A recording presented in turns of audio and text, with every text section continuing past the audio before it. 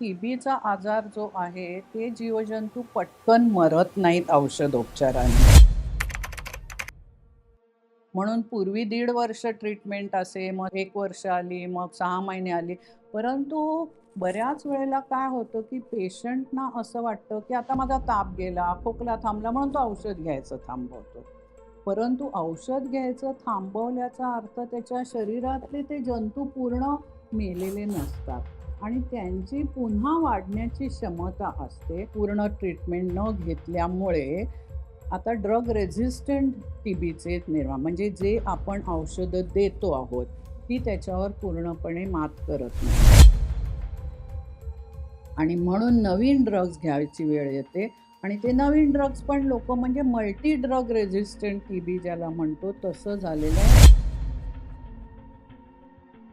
Local बंधन, तुमचा मित्र तुमच्या मदतीला.